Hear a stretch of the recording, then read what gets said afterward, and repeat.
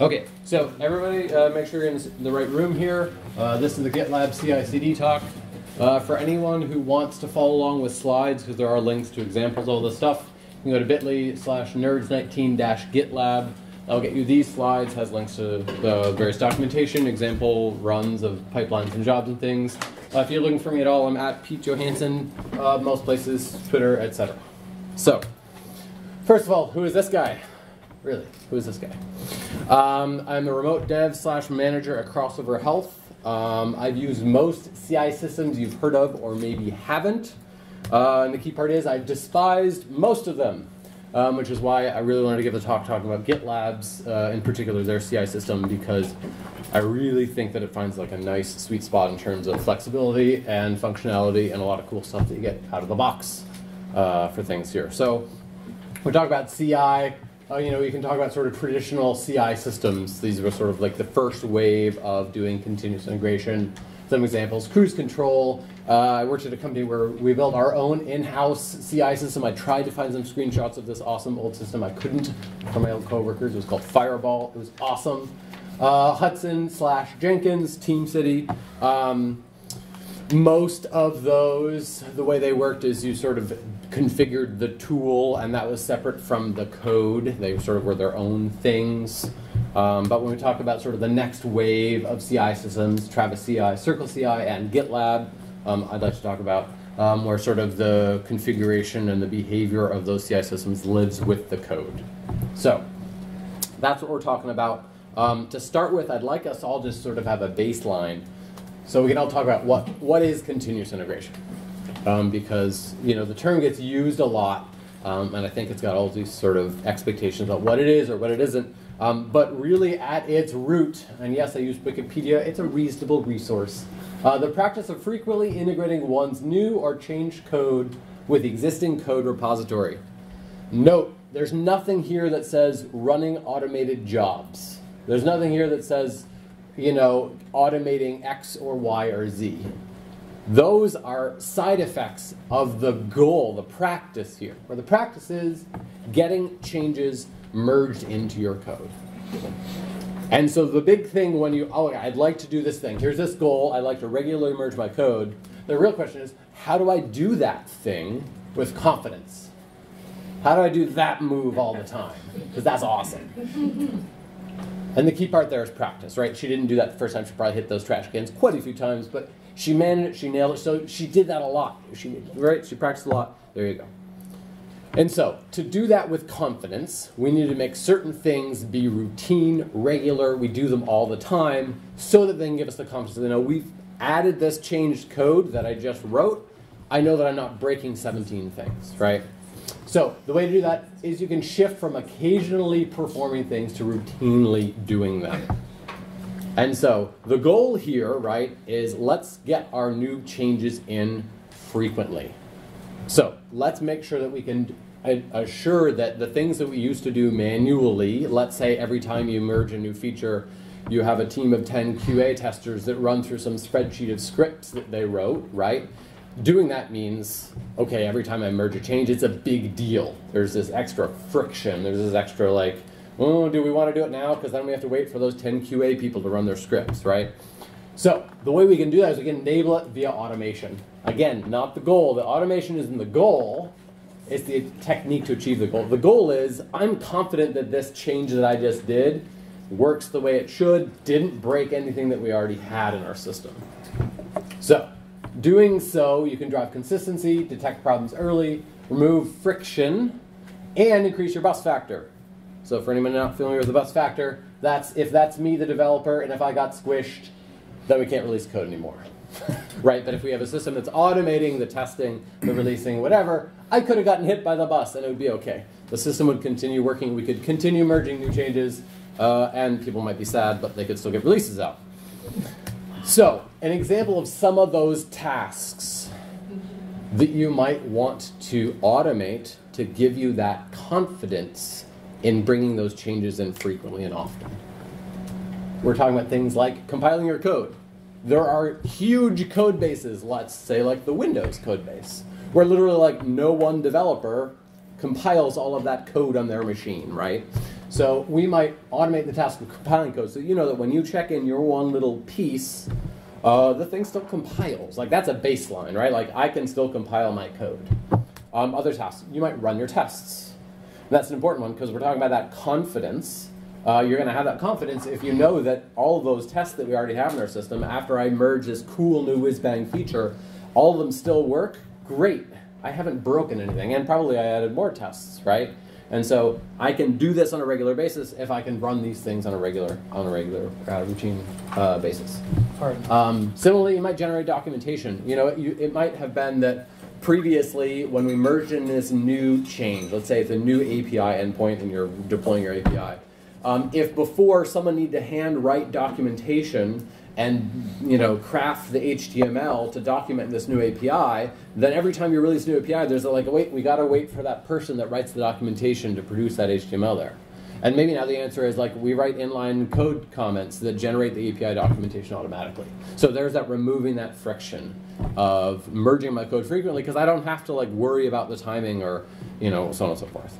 And then building installers. Previously, maybe you have some handcrafted process where every time you want to push out a new release, you've got to build an installer by hand of the latest Electron app or whatever you're building.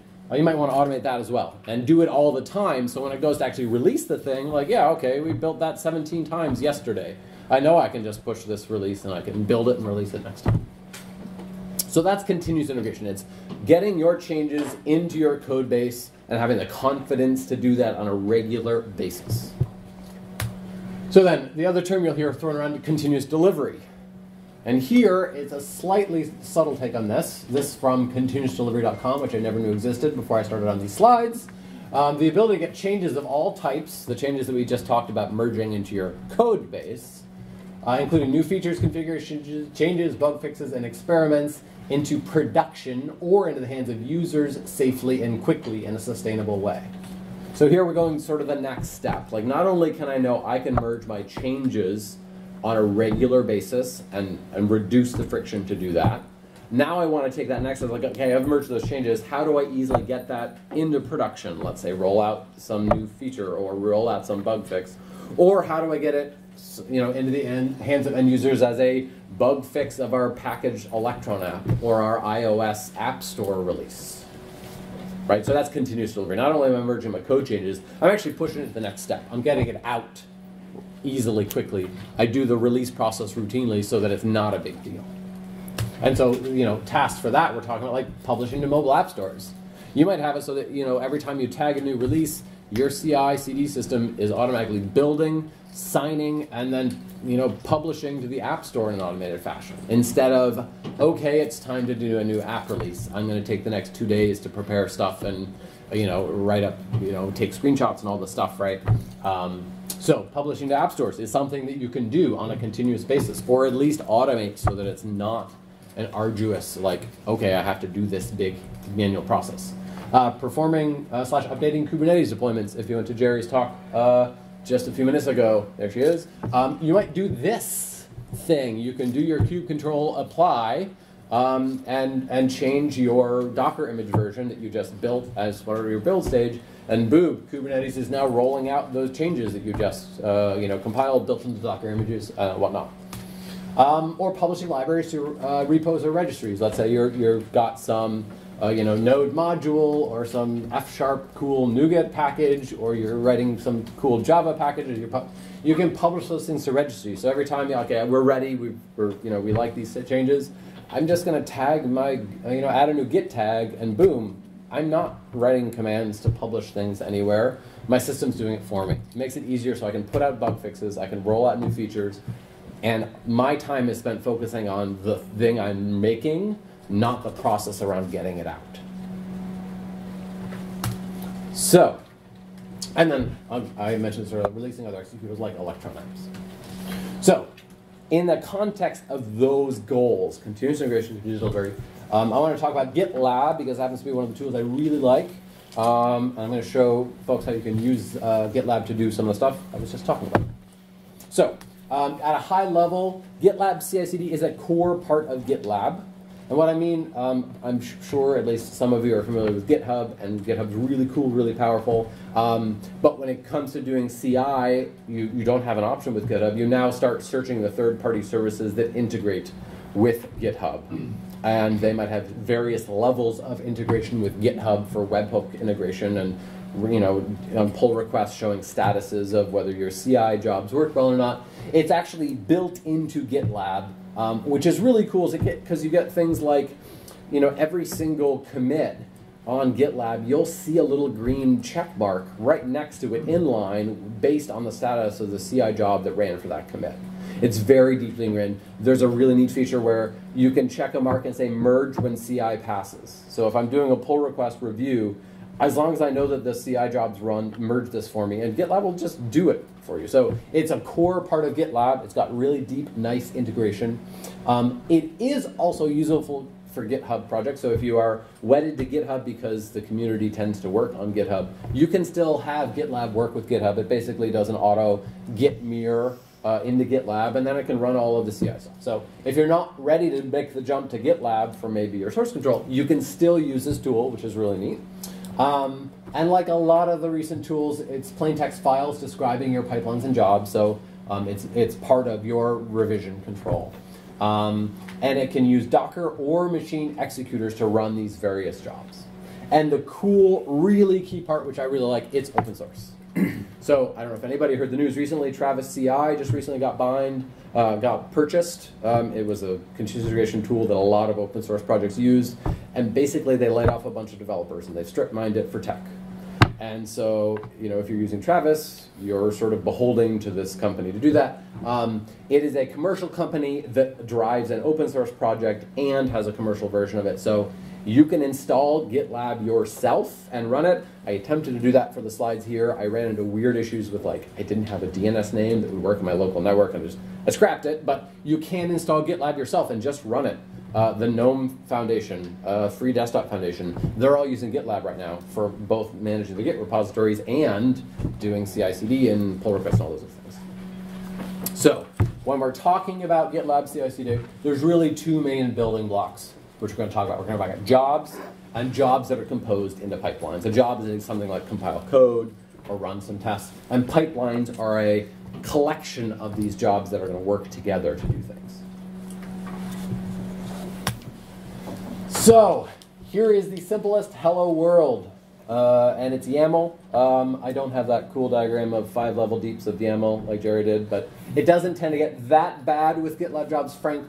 Thankfully, they're relatively flat, so you don't worry about your white space indent problems. But fundamentally, at the top level of a .gitlab-ci.yaml file, the main keys are the name of your job. This job is named say hello. We specify which Docker image is going to be used to run this particular job, and we specify script. And my script literally has one line. It just says, echo hello world. So this is, really the when we talk about hello world examples, I really can't see my mouse on this monitor here. So when we run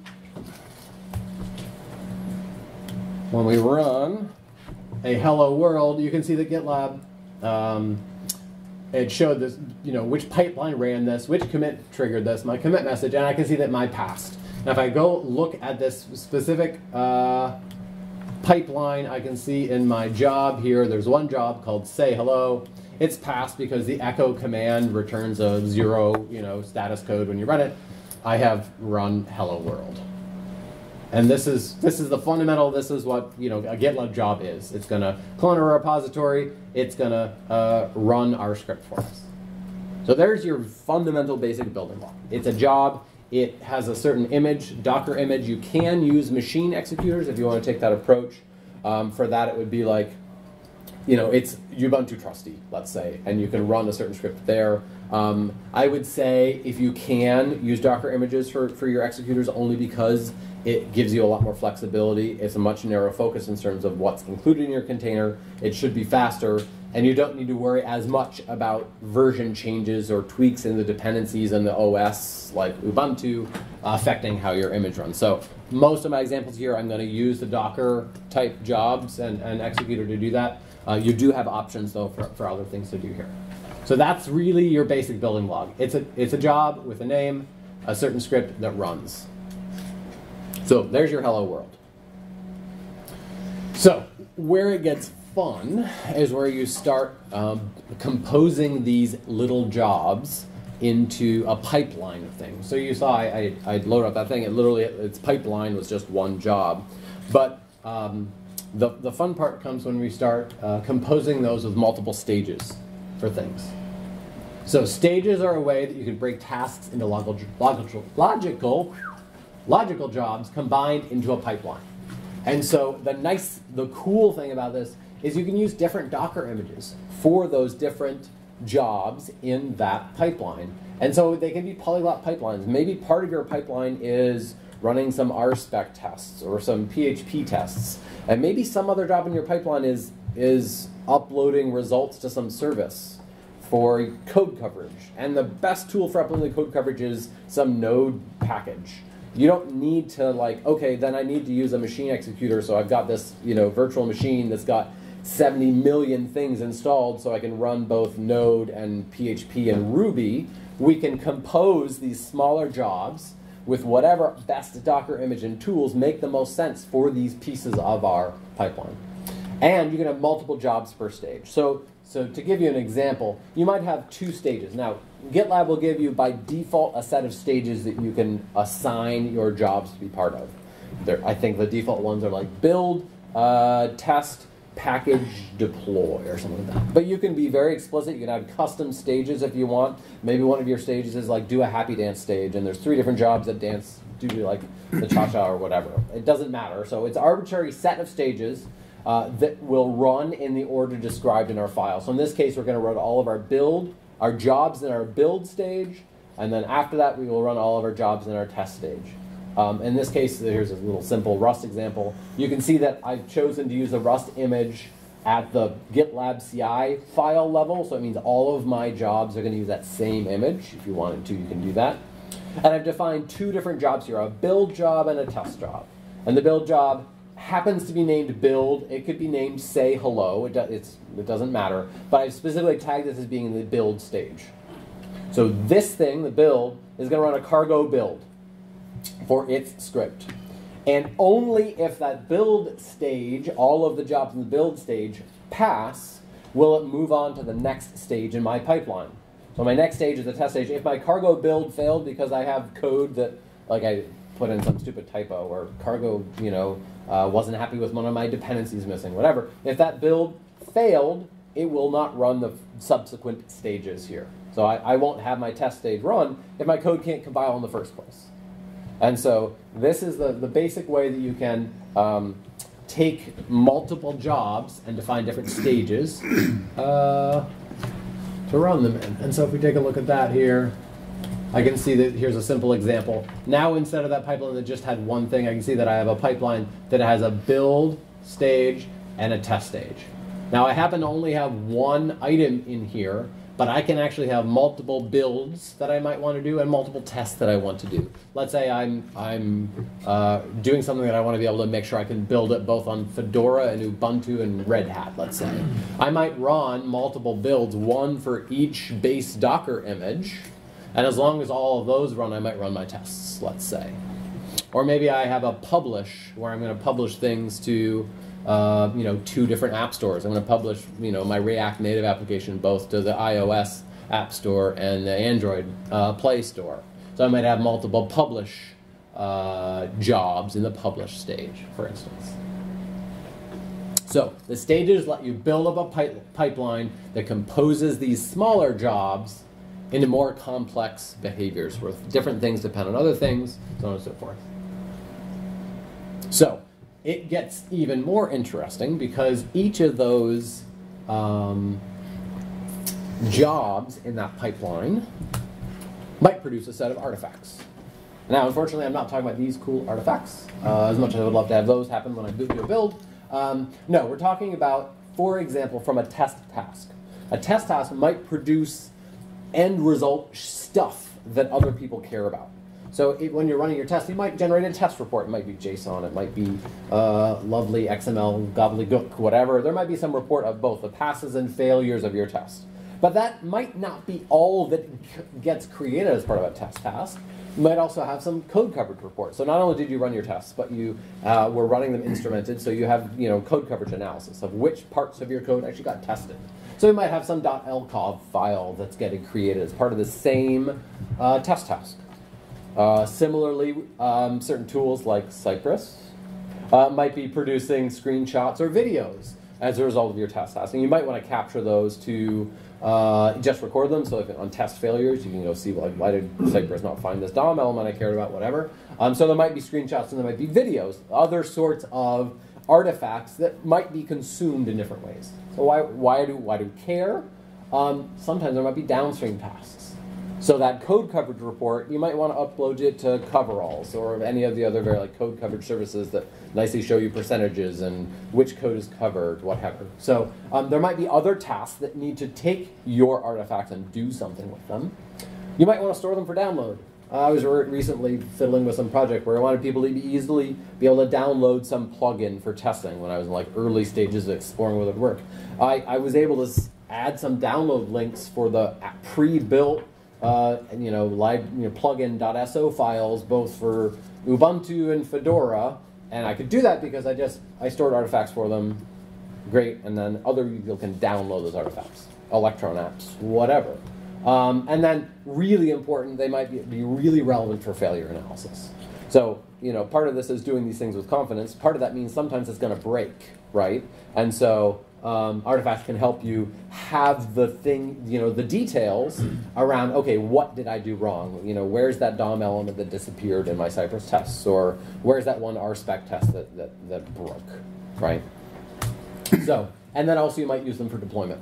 So some of your artifacts might be, that build iOS application that you're going to then publish somewhere or what. So the way you can do that is you can enhance that job that you had and specify some artifacts that apply for this job. And basically what that's saying is like, hey, I did this thing. I ran RSpec and I produced some report. Oh, I'd like to capture that. I'd like to save that so that I can use it elsewhere. Maybe so I can download it, maybe so I can look at it when my RSpec tests fail. And I'm going to specify explicitly, like, here are the things I'd like you to capture for me. And GitLab will, after this runs, grab those things. And in this case, I set an explicit expire in, let's say 1 week. This is not so relevant if you're happy to let GitLab take up a bunch of storage for you. But if you happen to be running GitLab locally and you're producing 100 meg Electron apps every time you're building your code, you might not want to have those be stored ad infinitum and take up all of your usage on your VM. So you can specify when they expire. Or maybe you explicitly are producing some testing stuff from your master branch that people might want to be able to test for a little bit, but you want to nudge them towards your releases, let's say. So you can specify expiration, or you can just specify keep forever, and these things will always live, and you can always, a year from now, go back and look at your test report from your random branch if you wanted to. So you can produce artifacts. So running my RSpec produced some code coverage and some test result report. I can then consume artifacts to do something with them. So in this case, let's say running my RSpec test, I'm going to specify a dependency. I'd like to depend on the test RSpec test. And GitLab's going to auto-magically copy those things into this job so they're just available to me when my new job needs to do some work with those artifacts. So whether it's, okay, you built this iOS app for me, my job is now going to publish it, GitLab will automatically copy those artifacts into your job for you so you can do something with those things that were produced elsewhere. So my little job here for publishing doesn't need to run on a macOS executor to build an iOS app, let's say. It just needs Node because it's going to use some npx script that's going to publish my code coverage, let's say. So this code coverage.lcov, I didn't create it here. I didn't have to build it in the same job. I didn't need to have my tests show as failing just because the code coverage coverall service happens to be down right now. So there might be very good reasons to separate these things out. I can see that my tests passed, but coveralls to show code coverage didn't manage to upload my code coverage. I can say, okay, that's nice. Coveralls is broken right now, but my tests are working, right? So there's another good reason to have these things be more discrete and pass your produced artifacts to your other discrete jobs for things like publishing. So I can produce artifacts and capture them after I do a certain thing, and then I can specify my dependencies. If I don't specify my dependencies, GitLab will automatically just copy in any artifacts captured from previous stages. So I don't technically need that dependencies. It helps, because if you happen to have like 3 different test stages, one was integration tests, one was unit tests, I might really only want to publish the code coverage from the unit tests, let's say. By default, it can copy in all sorts of stuff from any of the previous stages into your jobs here, but you may want to narrow that down. But so it's an easy way to get stuff you produced in other jobs into future jobs, or for download through the web interface, so on and so forth. And GitLab's really cool. It even will let you craft special little URLs that you can put in like your READMEs or whatever, and it will get you some subset or a specific produced artifact from one job as a downloadable link. So I used this recently in a README. I wanted to link to those plugins that I wanted to have built every time I committed to master. My README has a little specially formed link. It's gitlab.com/PeteJohanson/OBS whatever /jobs artifacts master raw plugin.so, let's say. And you can have that magic link in your README, and it'll always grab whatever the last successful build of your plugin was. So not only can other jobs use them, and you can pass them between jobs, if you're storing them, you can then easily reference them, so they're easily downloadable links, what have you. I better hurry up. I'm talking too much. Docs for anyone who grabs my slides to link to the artifact stuff. So we already showed dependencies in my previous slide, so I'm going to be quick here. Just an opportunity for another GIF. I need. So if you have any sort of dependencies, you can specify a certain job depends on other jobs.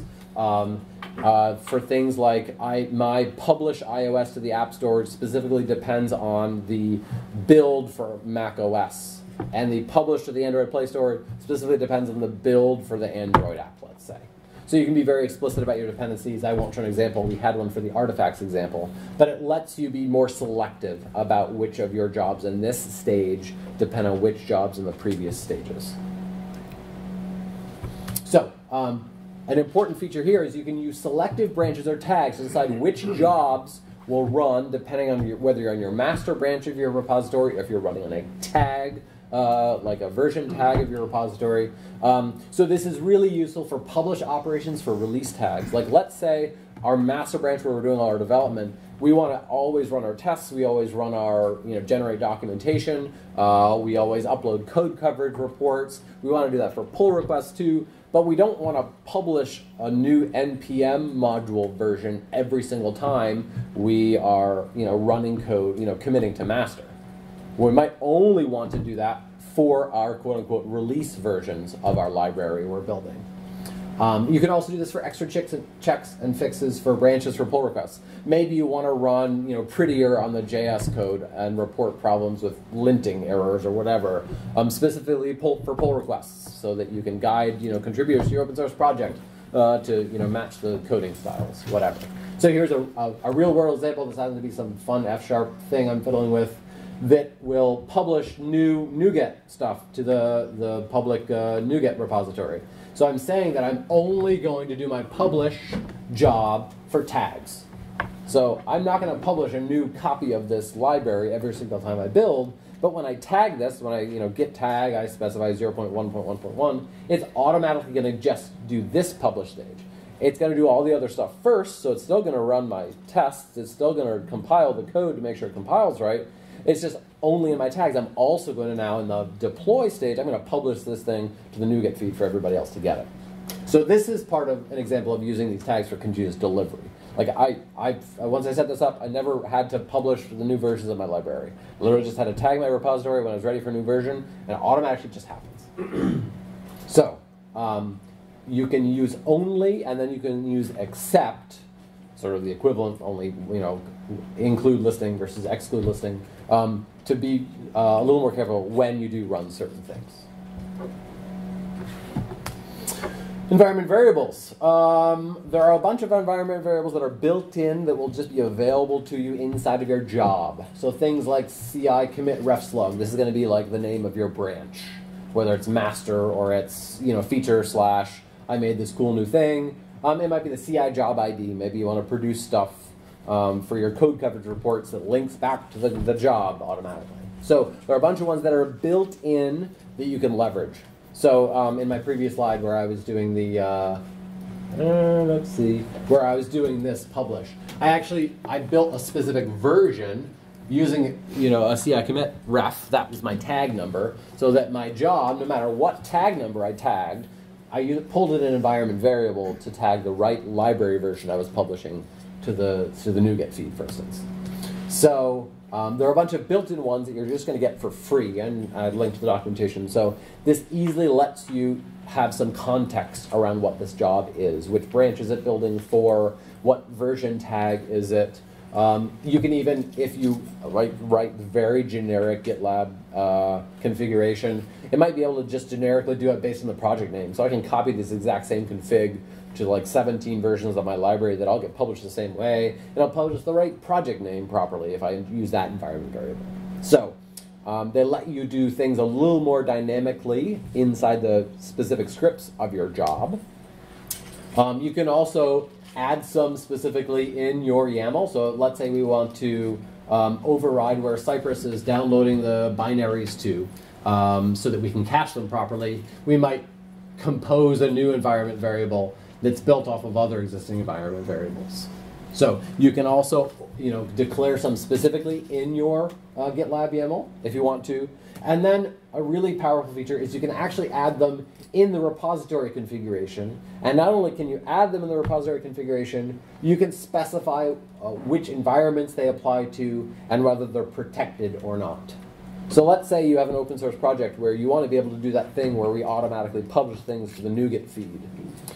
We really don't want people to just randomly be able to branch, open a pull request, and insert some malicious code that's going to extract all of my environment variables, and yay, they've got my NuGet org API key, and they're going to go publish a bunch of random new versions of my library with crypto mining code stuck in it or whatever, right? So we can also, at the repository level, add things like credentials for publishing to your new iOS app or whatever. And we can make them protected or not, which means they will only show up in jobs for protected branches. So I might, as a contributor, want anybody to be able to branch and open pull requests, but only I am allowed to make tags. You can actually, in GitLab, say all tags are protected, which means only I as a maintainer can create them. And then because only I as a maintainer can create them, only I will have jobs ever run that include this sensitive credential information that I don't want exposed to any of my other jobs here. So really nice flexible ability to inject various levels of environment variables that you can leverage for things like credentials, where I want to publish things, secrets, what have you. So docs for anybody who needs it. As soon as you start doing this, and you're doing this routinely, right, where that girl that's sliding her car in between the two things, you want to be able to do that as fast as possible, right? Because the worst thing is, if you start doing this and you say that, pull requests will only be merged once your CI jobs pass, once all of your tests pass, and those tests take 30 minutes to run. That is extra friction for your team. You do not want that. So there are some powerful primitives for doing some caching behavior. The most frequent use you'll see for this would be third-party packages. So you can, I don't want to have to, grab 70 million node modules every time I run this job, because Node tends to have a lot of smaller, special use modules. So every time I have to run my, JavaScript tests, I don't want to wait for us to download the exact same 70 million node modules I downloaded the last time I ran these tests. And so there's the ability to specify some caching behavior. So you can avoid repeated work. And it's most useful for things that are immutable, like your node modules that are versioned. They're doing semantic versioning. They're not going to change out from under you. So it can help speed up your individual jobs a lot using various caching strategies. Here's an example, and I used this earlier talking about environment variables. Here in this case, I'm overriding with an environment variable npm config cache, and I'm overriding where Cypress is going to download its executable, and then I'm specifying a cache here. I'm going to say the key for that cache is the CI commit ref slug. Now the key is important because it specifies basically where we're going to look up which cache I might have had from previous jobs to pull forward. So in this case, I used an environment variable of the CI commit ref slug. That's going to be something like master, the name of my branch, or the tag version 0.0.5, or the branch feature / some new whizbag thing. The key of the cache is going to control whether we're going to find an existing set of cache to pull in the next time I run my job or not.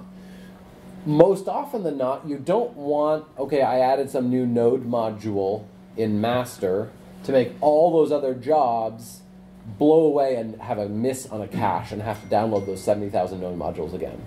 So if I key it off of an environment variable based on like my branch name, everything in master, I commit a bunch of code changes. Every time I commit that into master, it's going to find a cache, it's going to have a hit on that key, and it's going to pull forward that cache of all those node modules that I downloaded last time I ran this job.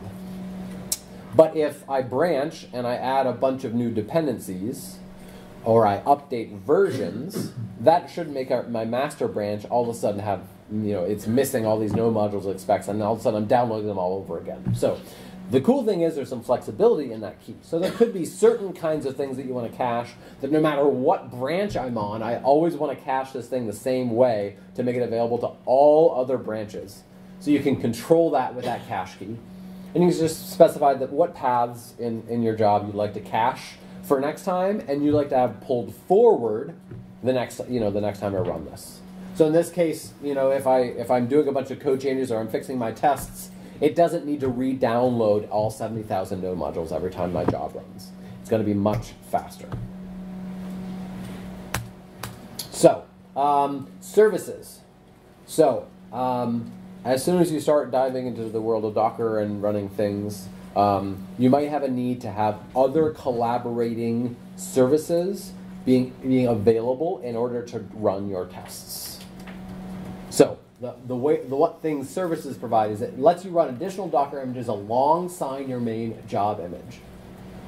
And the primary use case, although there are others, is for additional testing dependencies, for example, a database when you're running some tests. So let's say you want to be able to run all of your Rails tests, and you've got a bunch of active record tests that need to have a database around to do that.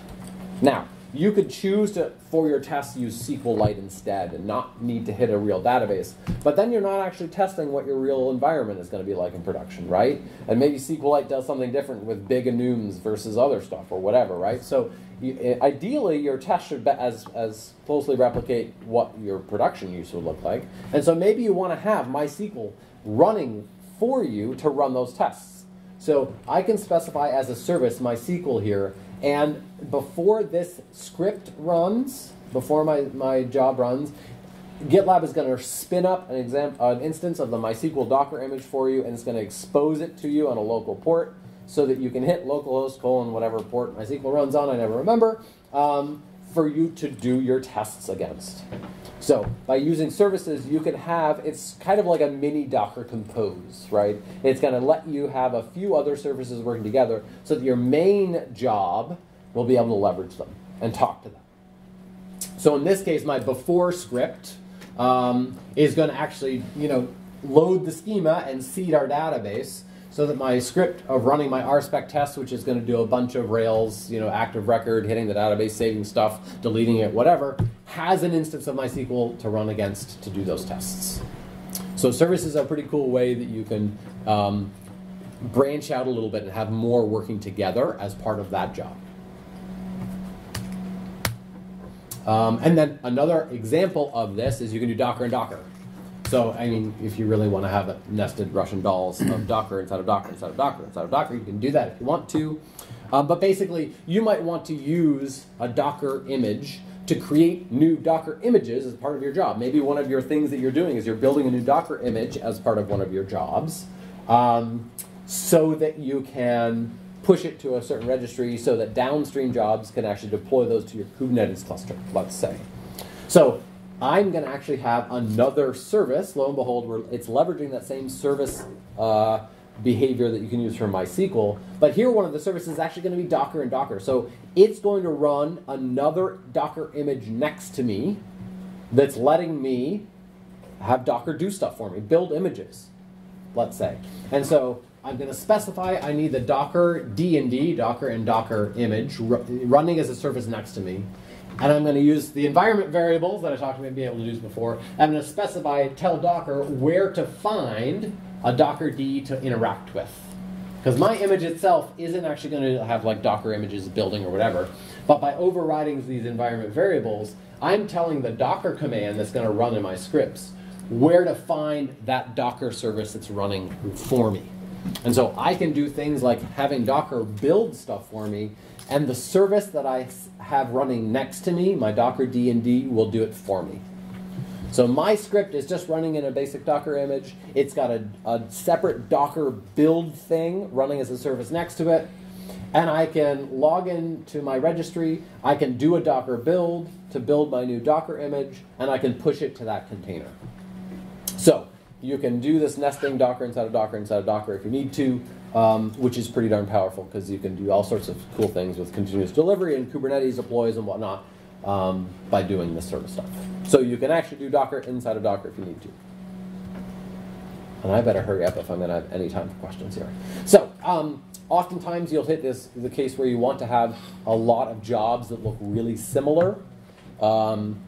So you can use two different approaches here. YAML actually has a really crazy feature where it has some templating weird features as part of the markup language, where it'll actually let you include other like anchored sections of the YAML if you want to. But GitLab actually has some very intentional explicit templating functionality built in. So here's an example of something I was doing recently. I had this silly little open build Broadcaster Studio plugin I'm playing with, and I want to be able to build it on both Fedora and Debian. And so the actual script, the piece of doing the build, is always the same thing whether I'm on Fedora or whether I'm on Debian. So my script part of it, cargo build dash release, is the same. All of my jobs I want to just do a cargo build. But on Fedora, in order to install my dependencies, the stuff to do that is different than on Debian. On Debian, I'm needing to do some apt-get stuff to make Rust available. On Fedora, I'm needing to do some DNF stuff to make it available. So I can make sure that my build is consistent. I'm always doing cargo build dash release.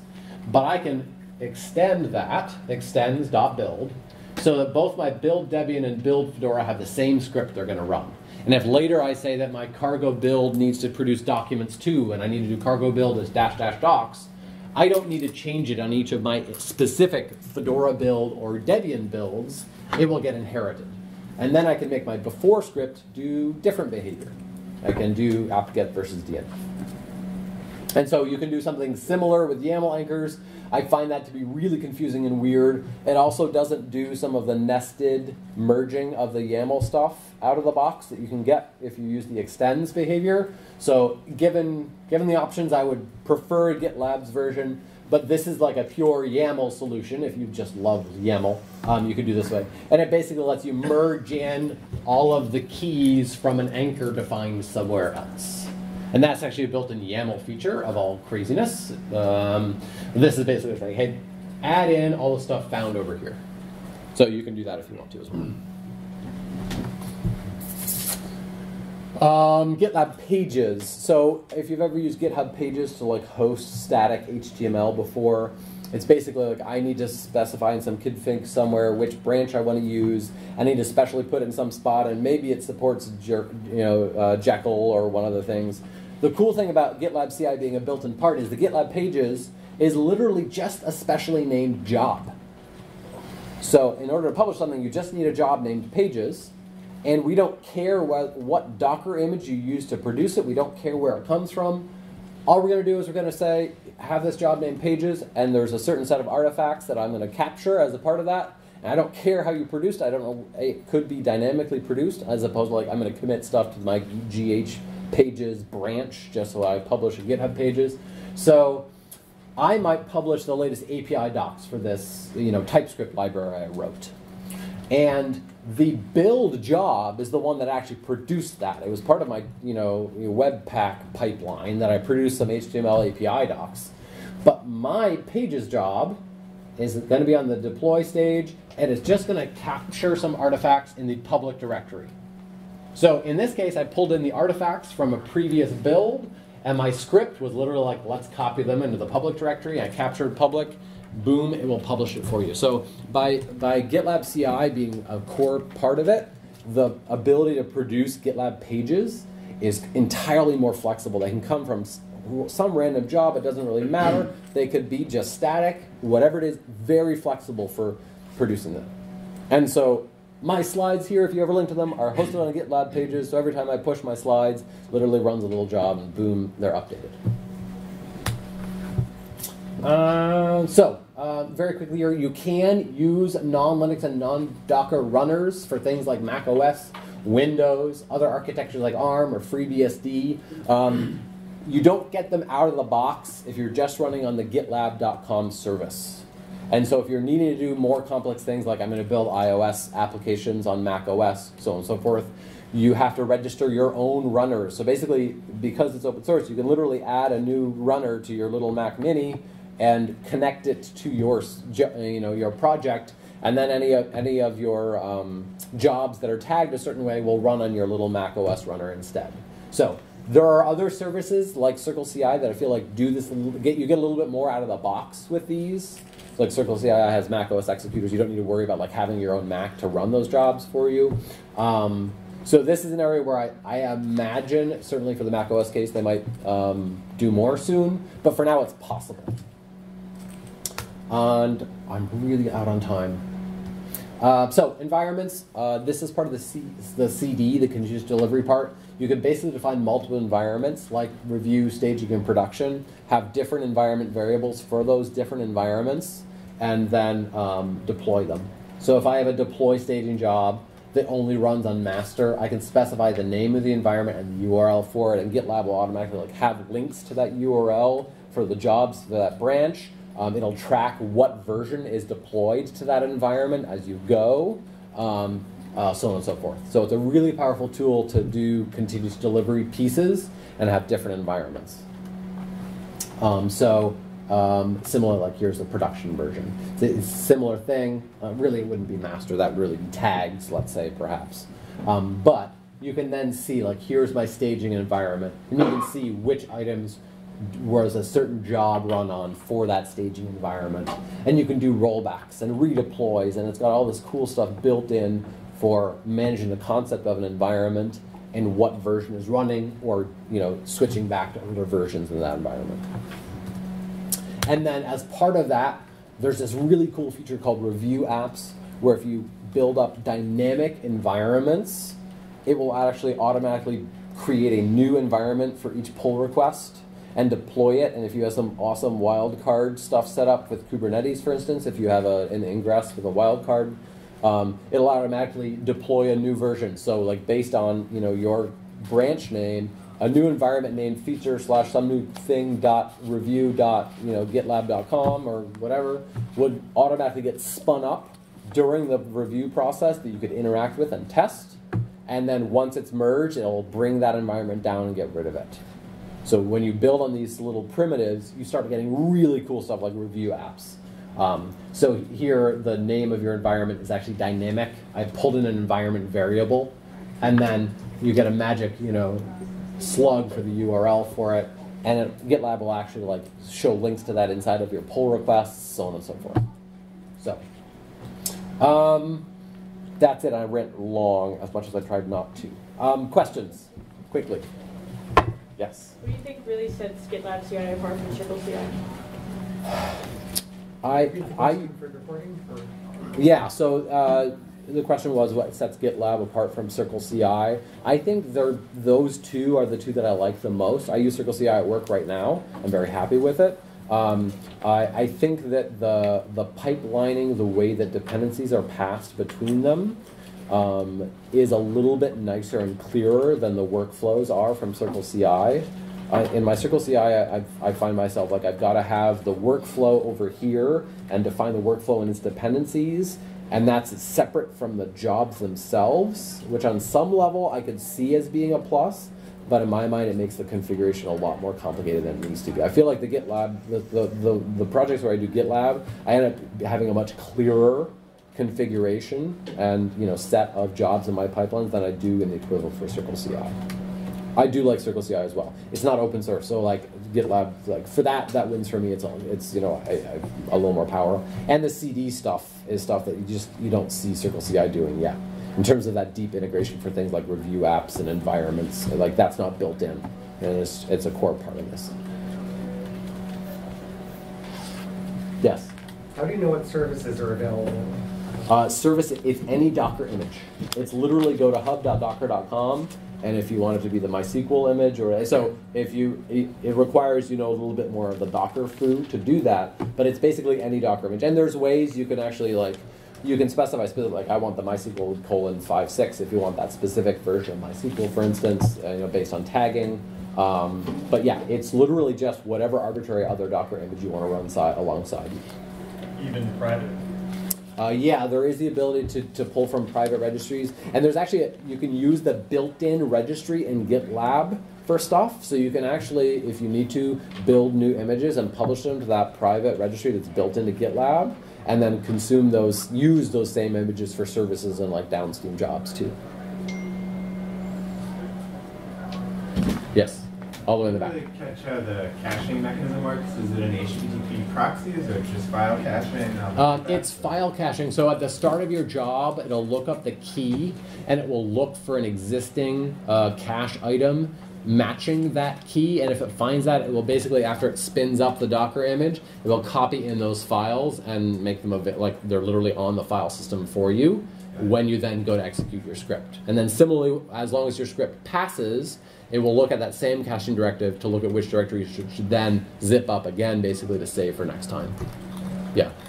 Yeah. Dovetailing on that, so then you're just getting that as a starting point, those cached files. So like if part of what you've done in your change is update like a composer dependency or something, it's still going to update. And then it will update the cache as well. Yeah, and then the next time that cache would include that newer stuff that you added to the next job. Do caches move between runners?